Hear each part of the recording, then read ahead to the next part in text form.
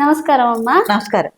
అమ్మ నాకు ఎప్పటి నుంచి ఒక సందేహం అండి. అంటే జనరల్ గా నాకు వచ్చే సందేహమో లేకపోతే ప్రతి ఒక్కరికి ఉండే సందేహమో నాకు తెలియదు కానీ, అంటే చనిపోయిన ఎవరైతే కాలం చేస్తారో చనిపోయిన తర్వాత మనకి కర్మకాండలు అనేది జరిపిస్తారు కదా. అవును. 11 రోజులు, కొంతమంది అవును. 12 రోజులు. అవును.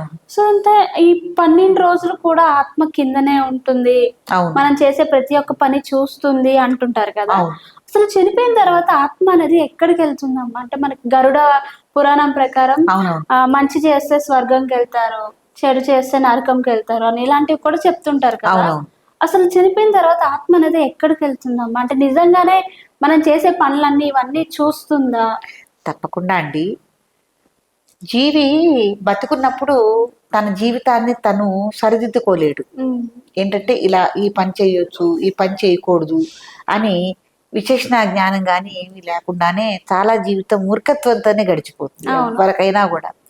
తెలిసినా కూడా కొన్ని మనం ఆచరించుకోలేము. హ్మ్. తీరా కాలం చెందిన తర్వాత ఆ జీవి పైనుంచి చూస్తున్నా కూడా తనకి సశరీరం అనేది ఉండదు, శరీరం ఉండదు. హ్మ్. ఇంకేం చేస్తుంది? ఏమి అవును. చేయలేదు కదా.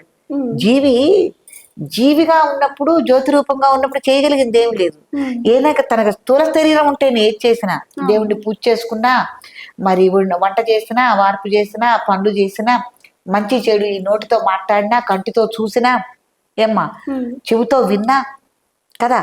ఏది చేయాలన్నా మనకు ఓ రూపం ఉండాలి జీవికి. అవును. రూపం లేనిదే మనం ఏం చేయలేం పని అనేది. కాబట్టి తర్వాత పోయిన తర్వాత బాధపడి ప్రయోజనం ఏమి ఉండదు. సరిదిద్దుకోవాలి. ఇది అందరం మామూలుగా మనం అందరం తెలుసుకోవాల్సిన విషయం అండి. హ్మ్. దురుసుగా మాట్లాడకూడదు ఎవరిని. ఏమ్మా చెడుకోడిన పనులు చేయకూడదు, అబద్ధాలు ఆడకూడదు, ఇవన్నీ. తర్వాత జీవి అక్కడ ఉండి చూస్తున్నా ప్రయోజనం ఏమి ఉండదు. సరే, ఎవరి ధర్మాచారం ప్రకారం వాళ్ళు 15 రోజులు, 13 రోజులు, 12 రోజులు క్రతువులు అవును. చేస్తుంటారు. ఆ క్రతువులో భాగంగానే ఈ జీవి ఏం పాపపుణ్యాలు చేసుకున్నాడో చేసుకోలేదో అక్కడ పక్కన పెడితే, ఈ క్రతువు వాళ్ళ పిల్లలు కానీ ఎవరిని చేస్తూ ఉంటారు కదమ్మా. చేసినప్పుడు ఈ 13 రోజుల్లో కూడా వాళ్ళకి కొన్ని స్వర్గలోకాలు ప్రాప్తించడం కోసం, నరక బాధలు తీరటం కోసం కొన్ని కొన్ని మంత్రాలు చెప్తూ మంత్రోక్తంగా కొన్ని కొన్ని దాన ధర్మాలు చేయించడం జరుగుతుంది. హ్మ్. గోదానమని, భూదానమని సకల దానాలు చేస్తూ ఉంటారు. ఎందుకంటే మనిషి జీవించి ఉండగా ఏవైతే దాన ధర్మాలు చేసుకున్నారో స్వర్గలోక ప్రాప్తికి కానీ నరకలోక ప్రాప్తికి కానీ అవన్నీ సహకరిస్తాయి అని. హ్మ్. ఇప్పుడు గోదానం ఉందమ్మా. ఇప్పుడు యమభటులు నరకానికి తీసుకెళ్తూ ఉన్నారు చీకట్లో పడేసి. ఒకానొక సంవత్సర కాలం జీవి ప్రయాణిస్తుందని. ఇప్పుడు హ్మ్. చనిపోయిన దగ్గర నుంచి మళ్ళీ మనకు సంవత్సరీకం ఎప్పుడు వస్తుందో అవును. అప్పటిదాకా ఈ జీవి ప్రయాణం అనేది కొనసాగుతుంది అని అంటారు. హ్మ్. అన్నప్పుడు బైతరణి అనే ఒక నది వస్తుంది. అది చీము నెత్తురుతో దుర్గంధంతో ప్రవహిస్తూ ఉంటుంది. ఆ ప్రవహించే నదిలోంచి ఈ జీవిని తాడు పట్టుకుని ఈదించి దాంట్లోంచి తీసుకొని వెళ్తారు యమభట్టుడు అని మనకి గరుడ పురాణం చెప్తోంది. హ్మ్. చెప్పినప్పుడు ఆ వైతరణి నదిని అట్లా దాంట్లో పడి ఈదుకుంటూ పోవటం కాకుండా అలా ఒక్క అడిగేస్తే అవతలకి వెళ్ళిపోయేలాగా ఏం దానం చేస్తే ఇది అవుతుంది అనేది మనకి. గోదానం చేస్తే ఈ వైతరణి నదిని దాటేస్తుంది గోదాన ఫలితం. హ్మ్. కాబట్టి బతికుండగా మనం గోదానం చేసుకున్నామా? అట్లాగే రకరకాల దానాలు, సువర్ణదానం, భూదానం, మరి దీపదానం, మరి ఆహార ధాన్యం, ఆహారం ఏదైతే ఉన్నాయో బియ్యం కానీ ఏవైనా కానీ ఇట్లాంటివన్నీ ఎవరికైనా మనం భోజనం పెట్టామా లేదా, ఇవన్నీ దానాల కిందే వస్తాయి. హ్మ్. కాబట్టి ఒక్కొక్క దానానికి ఒక్కొక్క ఫలితం ఉంది. ఆ ఫలితం మనం గతించిన తర్వాత మనకి వర్తిస్తుంది, మనతో వస్తుంది అని చెప్పబట్టం జరుగుతుంది. హ్మ్. కాబట్టి ఇది ఉదాహరణగా తీసుకున్నాం. మనం వైతరణి నది దాటడం గురించి తీసుకున్నాం, గోదానం గురించి. అవును. కాబట్టి ఎవరన్నా పెద్దవాడు చనిపోయి ఉంటే, వాళ్ళు ఉండగా ఏదైనా చేయకపోతే ఈ 13 రోజుల క్రతువులో మన చేత బ్రాహ్మణులు చేయిస్తారు. హ్మ్. వాళ్ళ పేరు చెప్పి వాళ్ళ ముఖంగా మీ గోదానం చేస్తున్నాము ఏమ్మా, హ్మ్. మేము సువర్ణదానం చేస్తున్నాం, వెండి దానం చేస్తున్నాం, భూదానం చేస్తున్నాం, లేకపోతే వస్త్రదానం చేస్తున్నాం. చెప్పులు కూడా, హ్మ్. చెప్పులు, గొడుగు, కర్ర ఇట్లాంటివన్నీ కూడా మనకి దానాలు చేయిస్తారు. హ్మ్. ఇవన్నీ దాటడం గురించి. ఇవన్నీ జీవి పైనుంచి చూడటం అనేది జరిగే పని. జీవి చూస్తున్నాడు అనకపోతే కనుక ఇంకా పాపాలు చేసుకుంటూనే పోతామమ్మా. హ్మ్. అక్కడ మనకి చూస్తాము మనం ఏం పాపపుణ్యాలు చేశాము అన్నదానికి ఒక ప్రాయశ్చిత్తం అనేది, పాప భీతి అనేది అక్కడ భీతులతో ఉంటాము. అది మటుకు వాస్తవం. అది వాస్తవం అనే మన అందరం నమ్మి తీరాలి. ఎందుకంటే చెయ్యం ఇక్కడ తప్పులు అవును. కదా. నమ్మటం వల్ల తప్పేం లేదు కదమ్మా కదా. చూస్తారు అని చాలా మంది ఇళ్లలో పెద్దవాళ్ళు పోయిన తర్వాత వాళ్ళ 12 రోజుల్లో కూడా కొన్ని కొన్ని వింత అనుభూతులు, అనుభవాలు మనం పెద్దలు చనిపోయిన దాని గురించి మనం అనుభవిస్తూ ఉంటాం.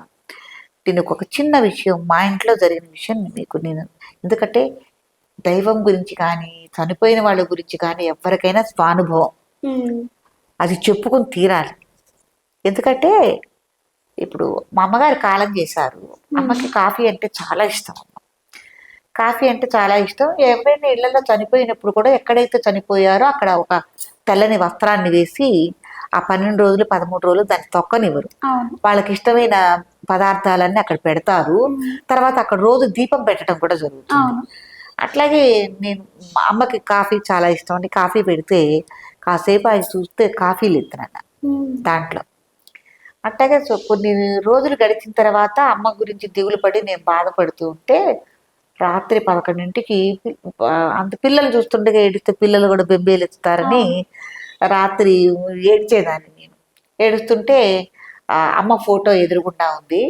వాళ్ళ నేను పగలు నేను దోసకాయ పప్పు చేశాను. పప్పు చేస్తే ఏం తోచక ఇంతే ఉంది దోసకాయ పప్పు. దాంట్లో 2-3 దోసకాయ ముక్కలు కూడా ఉన్నాయి, పప్పులో ముక్కలు. ఆ చెంచాత తీసుకుని ఇట్లా నేను తింటూ అమ్మ మొహం చూసి, ఏంటమ్మా అలా చూస్తున్నావు, నన్ను వదిలేసిపోయావు అని. ఏంటి దోసకాయ పప్పు తింటావా రా అన్న. ఇట్లాగే అన్నానండి. అమ్మ కాసేపు ఏడ్చాను. ఆ పప్పు గిన్నె అలాగే ఉంది. దాన్ని మళ్ళీ యథావిధిగా మూత పెట్టేసేసి వంటింట్లోనే నేను లేచి పడుకున్నా. తెల్లారి ఉదయం నేను లేచి గిన్నెలు కడుక్కోవాలి కదా నాన్న, మళ్ళీ శుభ్రం చేసుకోవాలి కదా మనం. లేచి పప్పు గిన్నె మూత తీస్తే దోసకాయ పప్పు లేదు, ముక్కలు లేవు నాన్న. తుడిచేసినట్టుంది కొద్దిగా పలచగా. నాకైతే నిజంగా నేను చాలా ఆశ్చర్యపోయాను. చనిపోయిన వాళ్ళు ఉన్నారు, వాళ్ళు కూడా ఒక రకంగా దేవతా అంశతో ఉంటారు. అంటే ఇక్కడ ఏంటంటే వీళ్ళు చనిపోయిన వాళ్ళు కాబట్టి ప్రేతాత్మలు అని పిలుస్తూ ఉంటారు. ఉన్నారు వాళ్ళు కూడా రూపంగా అని అనటానికి మా ఇంట్లో జరిగిన గొప్ప ఒక అద్భుతమైన సంఘటన అమ్మ. తర్వాత మళ్ళీ సంవత్సరీకం వస్తుంది. సంవత్సరం తర్వాత అమ్మకి మేము ఒక 19-20 రోజులు మా అమ్మకి నేను సేవ చేయాల్సి వచ్చింది. ఎందుకంటే 86 ఏళ్ళకి అమ్మ కాలం చేసింది. సేవ చేయాల్సి వస్తే ఆవిడ దగ్గర ఒక రకమైన వాసన వచ్చేది ఉన్నప్పుడు. సంవత్సరానికి ఆవిడ పోయిన టైంకి సరిగ్గా ఒక తెరలాగా, గాలి తెరలాగా అదే వాసన వచ్చిందండి మాకు ఇంట్లో. నేను పిల్లలు అందరం కూడా అమ్మ చూడు అమ్మమ్మ దగ్గర వచ్చిన వాసన వచ్చింది అని పిల్లలు మేము అనుకోవటం, గుప్పున ఒక తెరలాగా వచ్చి వెళ్ళింది. మరి ఇవన్నీ నిరసనాలే కదమ్మా. జీవుడు ఉన్నాడు, చూస్తాడు అని పోయిన తర్వాత అనని. కాబట్టి ఉన్నారు, చూస్తారు, చేస్తారు, పాపపుణ్యాలు ఉన్నాయి, దాన ధర్మాలు ఉన్నాయి. అవి మనం పోయిన తర్వాత మనకి ఫలిస్తాయని చెప్పుకోవటంలో, అది మనం నమ్మటంలో ఎటువంటి తప్పు లేదని చెప్తున్నాను.